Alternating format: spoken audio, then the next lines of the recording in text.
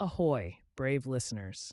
Before we dive into today's tale of daring adventure, cunning strategy, and ruthless piracy, let me welcome you back to the thrilling world of the Caribbean's most infamous pirate, Tavish One Eye McTavish. In our last adventure, Tavish seized his destiny and claimed the Golden Maiden for himself after a fierce battle with the Spanish galleon. With the crew's cheers echoing across the sea, he set sail into the horizon, his ambitions for glory and riches just beginning to unfold. But the high seas never rest, and neither does our captain. Before we set sail on this new escapade, tell me, what would you do if you were captain of the Golden Maiden? Share your thoughts in the comments below. Who knows, maybe your idea will inspire our next story. And remember, this is just one chapter in a saga that's far from over. There are more tales of treasure, betrayal, and battle on the horizon. So make sure you're subscribed and hit that notification bell to join us on every voyage. Now, gather around, hoist the sails, and prepare for the adventure that awaits as we embark on the next journey of Tavish One Eye McTavish. A week had passed since the Golden Maiden fell into Tavish One Eye McTavish's hands. The once Spanish galleon now bore the scars of battle, its hull patched up and sails mended under Tavish's watchful eye. Docked at Nassau, the ship's transformation was a sight to behold. Tavish spared no effort in refitting the vessel, investing every ounce of his new wealth into making the Golden Maiden the envy of the Caribbean. Under the shade of a makeshift canopy on the docks, Tavish held council with his newly assembled officers. Among them was Dougal the Hammer, a burly Scotsman and master gunner with a grim face, who'd served with him on the Sea Serpent. Then there was Sable, a sharp-eyed navigator whose knowledge of the Caribbean's hidden shoals and currents bordered on the supernatural. And finally, Eliza Black-Eyed Barnes, a fierce woman with a knack for handling both the ship's logistics and the rowdiest crew members. "We've got the ship," Tavish said, eyeing the harbor as he spoke. "But a ship without a crew is no more than driftwood. We need men loyal enough to follow us into the depths of hell and back." Dougal grunted, scratching his grizzled beard. "Aye, Captain, but the men here are restless. Rumors of Spanish gold travel faster than a hurricane wind. They'll want a share in whatever we aim to plunder." "Then we promise them exactly that," Tavish replied with a sly grin. "The Golden Maiden will be the terror of these waters, but first, we need a target worth their blood and sweat." Sable produced a crumpled map from his coat, spreading it out on the table. "I've heard whispers of a Spanish silver convoy set to depart from Havana," he murmured. "They're escorting the governor's tribute to Spain, heavily guarded, but ripe for the taking if we play it smart." Tavish leaned forward, his one good eye glinting with excitement. "Perfect. We'll use the Golden Maiden's Spanish origins to get close. But first, we rally the crew. Spread the word that Tavish One Eye McTavish is looking for men with courage and a thirst for wealth." With the plan set, Tavish and his officers moved through the taverns and alleys of Nassau, recruiting sailors, ruffians, and the occasional mercenary. By the end of the week, they had gathered a crew of 80 souls, each eager for the promise of plunder. The day finally came to set sail. The docks were bustling with activity as barrels of gunpowder, provisions, and rum were loaded onto the Golden Maiden. Tavish walked the deck, inspecting every inch of his ship. With a final nod to Dougal at the helm, he gave the order. "Hoist the anchor! Set the sails!" he bellowed, his voice cutting through the salty air. The crew sprang into action, hauling ropes and adjusting the sails to catch the wind. The ship lurched forward, cutting through the turquoise waters as it left Nassau behind. Tavish stood at the prow, feeling the spray of the sea against his face, the thrill of freedom coursing through his veins. This was his moment, the beginning of his reign over the Caribbean. For days, the Golden Maiden sailed south, navigating through a maze of islands and treacherous reefs. Sable guided them expertly, avoiding the known patrol routes of British and Spanish warships. The crew, a mix of seasoned pirates and fresh recruits, quickly fell into a rhythm under Tavish's strict but fair command. At night, around the ship's lanterns, the crew exchanged tales of past exploits. Tavish often joined them, listening more than speaking, learning the strengths and weaknesses of his men. It was in these quiet hours that he earned their loyalty, not through fear, but by showing them that he was as much a part of the crew as any of them. On the sixth day, the wind died down, leaving the Golden Maiden adrift in a sea of glass. The crew grew restless as the hours turned into days, the ship's sails hanging limp against the masts. The heat was oppressive, and tempers flared as supplies dwindled. Tavish gathered his officers in the captain's quarters, the air thick with tension. "We've drifted off course," Sable admitted, tracing a line on the map with a frown. "The convoy route is farther north, but without wind, we're stuck." Dougal slammed his fist on the table. "Blasted luck. We'll miss the convoy at this rate." Tavish stared at the map in silence, calculating their options. "Patience," he said finally. "This calm won't last forever. We'll ride the next wind straight into their path." Outside, Eliza worked to maintain order, rationing water and keeping the crew busy with repairs and drills. The men grumbled, but they obeyed, knowing that discipline could mean the difference between life and death at sea. 3 days later, the horizon darkened with storm clouds, and the wind returned in a gust that sent the Golden Maiden surging forward. Tavish gripped the helm, guiding the ship through the rising waves as lightning cracked across the sky. "Ready the guns," he ordered, his voice barely audible over the howling wind. "We make for the convoy at dawn." The storm passed during the night, leaving the sea choppy and the sky clear by morning. Tavish climbed to the crow's nest, scanning the horizon through his spyglass. His heart leaped when he spotted sails, 3 ships in a tight formation, flying the Spanish colors. "Convoy sighted," he roared, sliding down the mast to the deck. "Man the stations, prepare for battle." The crew moved like a well-oiled machine, loading cannons and readying weapons. Tavish ordered the Spanish flag hoisted to give the appearance of an escort vessel, a ruse that would get them close enough for an ambush. The Golden Maiden closed in on the convoy, the Spanish ships oblivious to the predator in their midst. Tavish waited, his eyes locked on the largest vessel, the treasure ship, its hull heavy with silver. "Steady," he muttered as they drew nearer. "Hold until we're within firing range." Then, with a sudden, explosive movement, he gave the signal. "Now, raise the colors and fire." The Spanish flag was torn down, replaced by the black flag of Tavish McTavish, a skull and crossed cutlasses. The cannons roared to life, belching fire and smoke as they blasted into the side of the treasure ship. Chaos erupted as the Spanish ships scrambled to defend themselves, but the Golden Maiden was already upon them, grappling hooks latching onto the treasure ship's deck. "Boarding party with me!" Tavish shouted, leaping onto the enemy vessel with cutlass drawn. His crew followed, clashing with the Spanish soldiers in a whirlwind of steel and gunfire. The deck of the treasure ship became a battlefield, swords ringing out as pirates and soldiers fought for dominance. Tavish moved like a storm, his cutlass cutting down any who dared stand in his way. Amidst the chaos, he spotted the Spanish captain, rallying his men near the mainmast. With a roar, Tavish charged, their swords meeting in a deadly dance. The Spanish captain was skilled, parrying and striking with precision, but Tavish fought with the fury of a man possessed. A quick feint and a brutal slash later, the captain stumbled, a deep gash across his chest. "Yield!" Tavish growled, pressing the tip of his cutlass to the man's throat. The captain, gasping for breath, dropped his weapon. "We surrender."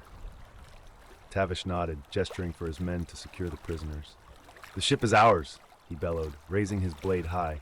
"Load the silver onto the Golden Maiden." The crew cheered, their victory echoing across the sea. For hours, they worked to transfer the chests of silver, each one heavier than the last. The treasure they had captured was vast, enough to make every man aboard rich.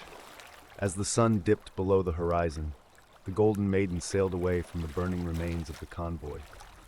In the captain's cabin, Tavish sat with his officers, the chests of silver stacked against the walls. "We've struck a mighty blow today," Tavish said, raising a cup of rum. "But this is just the beginning. From now on, the Golden Maiden will carve her name into the seas, and we will be the terror of every merchant and navy alike." The officers nodded, their eyes gleaming with the promise of future riches. Together, they raised their cups in a silent toast, sealing their bond as the crew of Tavish One Eye McTavish. Outside, the crew celebrated on deck, the glow of lanterns illuminating their faces as they danced and sang pirate shanties. The chests of silver lay in a secured hold, a testament to their victory. Amidst the revelry, Tavish emerged from his cabin, his presence alone enough to silence the rowdy crowd. "Men!" he called, his voice rising above the din of the sea. "Tonight, we have tasted victory and claimed our share of fortune. But remember, this is just the first of many. The Caribbean is filled with riches waiting to be claimed by those bold enough to seize them. Are you with me?" A thunderous cheer erupted from the crew, their fists raised in unison. They were his now, bound by the promise of adventure, the lure of treasure, and the shared dream of living free from the laws of the land. Tavish nodded approvingly. "Then hear this oath," he continued, drawing his cutlass and raising it to the sky. "From this day forth, you are no mere sailors or pirates. You are the crew of the Golden Maiden, and our name shall be feared across every sea. We sail not just for gold, but for glory, for freedom, and for the legend that will be sung long after we are gone." The crew roared their agreement, voices echoing into the vast, star-filled sky. Tavish sheathed his cutlass, satisfied. This was the beginning of something much greater than any of them could yet imagine. With the wind at their backs and the sea stretching endlessly before them, the Golden Maiden set course for the unknown, its crew ready to carve their place in history. The next few weeks were a blur of activity. The Golden Maiden prowled the Caribbean, preying on merchant ships and gathering intelligence on potential targets. Tavish quickly became known for his strategic mind and ruthless efficiency. He avoided unnecessary bloodshed, preferring swift, calculated strikes that left his victims too terrified to resist. However, as their coffers swelled with loot, whispers began to circulate about a ghost from Tavish's past. A man named Gideon Flint, a former British Navy officer turned pirate hunter, had made it his mission to hunt down Tavish One Eye McTavish. Tavish gathered his officers in the captain's quarters one stormy night, the lantern light casting flickering shadows on the walls. "I've heard the name Gideon Flint from every corner of these waters," Dougal grumbled, his voice laced with concern. "He's been sinking pirate ships left and right, Captain. And now he's after us." "Why?" Eliza asked, crossing her arms. "What's his grudge with you, Tavish?" Tavish leaned back in his chair, his eye distant as he recalled the past. "Gideon Flint and I crossed paths long ago. He was once a commander of a British frigate that pursued our ship along the Scottish coast. I escaped, but not without leaving a mark on him." He tapped the hilt of his cutlass. "Ever since then, he's made it his life's work to see me hang." Sable frowned, his fingers tracing the edges of the map. "If he's a skilled hunter, we'll need to be more careful. Outmaneuvering him will take cunning." Tavish nodded. "Indeed, we'll change our tactics, lay low for a while, gather more intelligence. If Flint wants to find us, we'll make him come to us on our terms." The Golden Maiden sailed into the quieter harbors of the Lesser Antilles, where they refitted their ship and gathered rumors. Tavish kept his crew on high alert, knowing that Flint's pursuit would force him to adapt. He took the time to teach his crew new maneuvers and strategies, turning them into a formidable force that could rival any Navy ship. Weeks passed, and the tension among the crew grew as Tavish put his plan into motion. They learned of a British convoy carrying gold from the mines of New Granada, escorted by none other than Flint's ship, the Valiant. "He's guarding that convoy like a hawk guards its nest," Sable remarked, pointing to the convoy's anticipated route on the map. "It's perfect bait." "Then we shall take it," Tavish replied with a smirk. "But not in the way he expects. Flint wants to confront me. He wants to be the one who brings down Tavish One Eye, so we give him the chance, on our terms." They set sail for an uncharted island known for its treacherous reefs and hidden coves, a place that only the most skilled navigators could pass through safely. Tavish and his crew lay in wait, the Golden Maiden hidden among the coves, its sails furled to blend with the rocky cliffs. As dawn broke, they spotted the convoy, moving cautiously through the treacherous waters. At its center sailed the Valiant, her guns bristling along the sides like a porcupine ready to strike.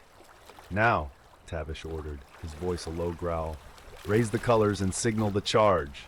The Golden Maiden unfurled its sails and surged forward, cutting through the surf like a predator closing in on its prey. The convoy scrambled into defensive formations, cannons swiveling to meet the attack. Flint, standing on the deck of the Valiant, spotted the pirate flag rising over the Golden Maiden. "So, you've come at last, McTavish," he muttered, his eyes narrowing. The sea erupted in fire and smoke as the ships exchanged broadsides. Cannonballs whistled through the air, crashing into hulls and sending splinters flying. Tavish maneuvered the Golden Maiden with expert skill, using the treacherous waters to his advantage. "Hold her steady," Dougal barked, his hands flying over the cannons as he directed the gunners. "Give them another volley." The Golden Maiden unleashed a barrage that rocked the convoy's lead ship, tearing through its sails and rigging. Tavish swung the wheel, bringing the ship around for another pass. On the Valiant, Flint issued orders to his crew, his eyes never leaving the Golden Maiden. "Prepare to board," he commanded. "We'll take McTavish alive, or not at all." Tavish anticipated this move. As the Valiant closed in, he signaled to Sable and Eliza. "Now!" With precise timing, the Golden Maiden veered sharply, avoiding the Valiant's boarding hooks and unleashing a devastating broadside into its stern. The impact sent shockwaves through the Valiant, knocking men off their feet and shattering its aft cabins. "We've crippled her," Dougal shouted, raising his cutlass in triumph. "Not yet," Tavish muttered, his gaze fixed on Flint's ship. "Prepare to board. This ends face to face." With grappling hooks and boarding planks, the crew of the Golden Maiden swarmed onto the Valiant. The clash was fierce, steel meeting steel as pirates and sailors fought tooth and nail. Tavish moved through the fray with ruthless efficiency, his cutlass flashing in the morning light. He spotted Flint amidst the chaos, sword in hand, rallying his men. Their eyes met across the battlefield, and Tavish felt a grim smile tug at his lips. "Flint!" he roared, charging forward. "It's time we settled this." The two met in a flurry of blows, swords clashing as they circled each other on the blood-stained deck. Flint was a skilled swordsman, his movements precise and practiced. But Tavish fought with a fierce, wild energy, driven by the will to survive and the hunger for victory. Back and forth they went, neither giving an inch. Tavish deflected a thrust and countered with a slash that grazed Flint's arm, drawing blood. Flint grunted, eyes blazing with fury as he lunged again. "You're finished, McTavish!" Flint snarled. "Not today," Tavish replied coldly, parrying the strike and twisting to bring his cutlass crashing down. With a final brutal swing, he knocked Flint's sword from his grip, sending it clattering across the deck. Flint staggered back, breathing heavily, his gaze locked on Tavish. The crew around them paused, waiting for the outcome. "You have two choices," Tavish said, his voice calm and unyielding. "Surrender and live, or defy me and die." Flint's eyes burned with defiance, but after a long, tense moment, he dropped to his knees, his head bowed. "I surrender." A cheer rose from the crew of the Golden Maiden, and Tavish sheathed his cutlass, turning to face his men. "The Valiant is ours. Secure the ship and the convoy. We sail for Tortuga to divide the spoils and toast to our victory." The battle won. The crew worked tirelessly to transfer the gold from the convoy to the Golden Maiden. Tavish ordered Flint and his officers to be taken below decks, prisoners for now, but valuable bargaining chips for later. As they sailed toward Tortuga, the men celebrated their triumph. Tavish stood at the helm, watching the horizon as the setting sun bathed the ocean in hues of gold and crimson. Victory had come at a cost, but the riches they now carried were more than enough to secure their place in the Caribbean's pantheon of legends. Below decks, the captured treasure glittered in the dim lantern light, chests overflowing with gold coins, silver bars, and jewels of every color. Dougal and Eliza stood guard, ensuring the loot was secured and accounted for. The Golden Maiden was now heavy with wealth, both literal and symbolic, of Tavish's growing reputation. 3 days later, the rocky cliffs of Tortuga loomed ahead. The island was infamous as a den of piracy, where law was a distant concept, and fortunes could change with the turn of a card. The Golden Maiden sailed into the bustling harbor, her decks lined with pirates ready for respite and revelry. Tavish gathered his officers in the captain's quarters, Flint standing in chains before them. "We've reached Tortuga," Tavish said, eyeing Flint with a mix of pity and respect. "You've been a worthy adversary, Flint. I'll give you a choice. Join my crew, live among us as equals, or remain a prisoner until I decide your fate." Flint met Tavish's gaze, his pride wounded but not broken. "You think I'd serve under you, McTavish?" he spat. "I would sooner rot in a cell than betray my oath." "So be it," Tavish replied, motioning for Dougal to take Flint away. "But know this, Flint, no cell in the Caribbean can hold a man forever. When the time comes, remember that I gave you the chance to walk a different path." With that, Tavish turned his attention to the crew. "Prepare to offload the treasure and distribute the shares. Tonight, we celebrate, but remember, our journey is far from over." As night fell, the rowdy taverns and alleys of Tortuga came alive with the sounds of music, laughter, and clinking mugs. Tavish and his officers made their way to the Red Anchor, a notorious pirate tavern known for hosting the Pirate Council, a loose assembly of the Caribbean's most feared captains. Inside, the tavern was a chaotic swirl of activity. Pirates of all stripes huddled around tables, gambling, drinking, and exchanging tales of the high seas. Tavish strode through the crowd, his presence commanding respect. The room quieted as he approached the large, oak table at the center where the council gathered. "Captain McTavish," rumbled a deep voice from the head of the table. It was Captain Greybeard, an old pirate with a face weathered by decades at sea. "Word travels fast. They say you took down Gideon Flint himself and captured a convoy worth a king's ransom." Tavish nodded. "The rumors are true. The Golden Maiden has claimed her share of the seas, and I come with a proposition." The other captains leaned forward, eyes glinting with curiosity. "Speak then," Greybeard said. Tavish laid out his plan, his voice steady and confident. "The Spanish and British think they can control these waters with their navies and trade routes. But if we unite, even loosely, we can create a network that no single ship, no fleet can match. Information, safe harbors, shared resources. We keep our independence, but agree to assist each other when necessary." Murmurs rippled through the room. Some captains scoffed at the idea, others nodded thoughtfully. Finally, Greybeard raised a hand for silence. "You speak of a pirate confederacy," he said slowly. "An ambitious notion, but who would lead such a network?" "Not one man," Tavish replied smoothly. "A council, with each captain having an equal voice. We meet here in Tortuga once a month to exchange news, discuss threats, and plan joint ventures. In return, we agree to honor each other's territory and not cross into conflict needlessly." The room was silent as the captains considered his words. Tavish could feel their eyes on him, weighing his proposal. Finally, Greybeard nodded.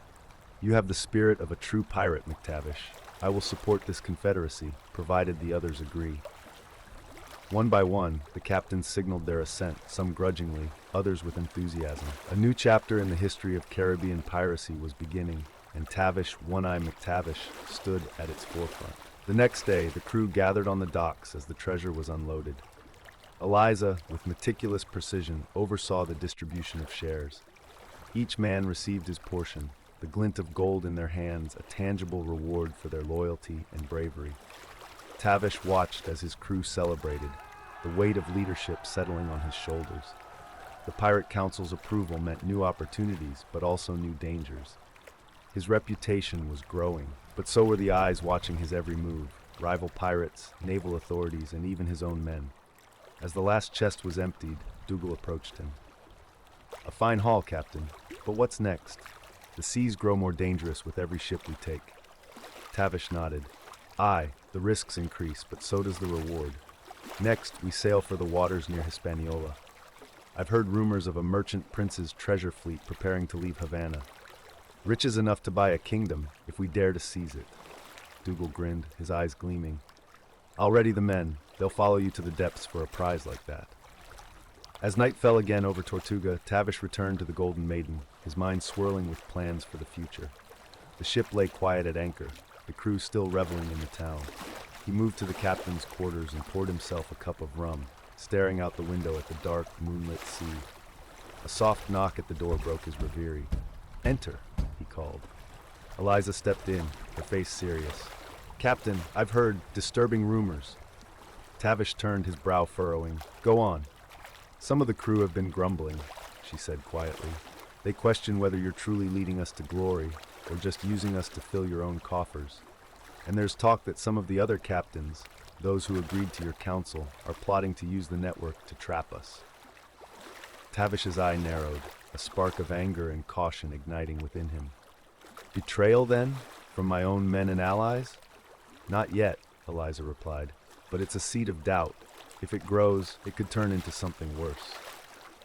Tavish walked to the window, staring out at the sea that had given him everything and demanded so much in return. Then we must cut out this rot before it spreads, he said finally. Prepare the crew for an announcement at dawn. We sail for Hispaniola, but not just for treasure. We sail to remind every soul on this ship and in these waters who leads the Golden Maiden. Eliza nodded, her expression a mix of concern and resolve. Understood, Captain, I'll see to it. As she left, Tavish turned back to the window, gripping the hilt of his cutlass. The seas ahead were dark and full of peril, but he would face them head on. He was Tavish One Eye McTavish, and his legend had only just begun. And so the legend of Tavish One Eye McTavish grows ever more formidable. From outwitting the cunning Gideon Flint to forming a pact among the Caribbean's most feared captains, the Golden Maiden continues her voyage into treacherous waters and untold riches. But what dangers will our crew face next? Only the sea knows. Now it's your turn, brave listeners. What do you think of Tavish's choices? Would you have handled things differently? Share your thoughts and theories in the comments below. Your insights might just shape future tales in this saga. If you enjoyed today's adventure, don't forget to give this video a thumbs up. It really helps support the channel and brings more pirate stories to life. And make sure to subscribe and hit that notification bell so you never miss an episode. This is just one of many tales, and there are countless more battles, treasures, and betrayals on the horizon. Until next time, may the wind be ever in your sails and the thrill of adventure in your heart. Farewell for now.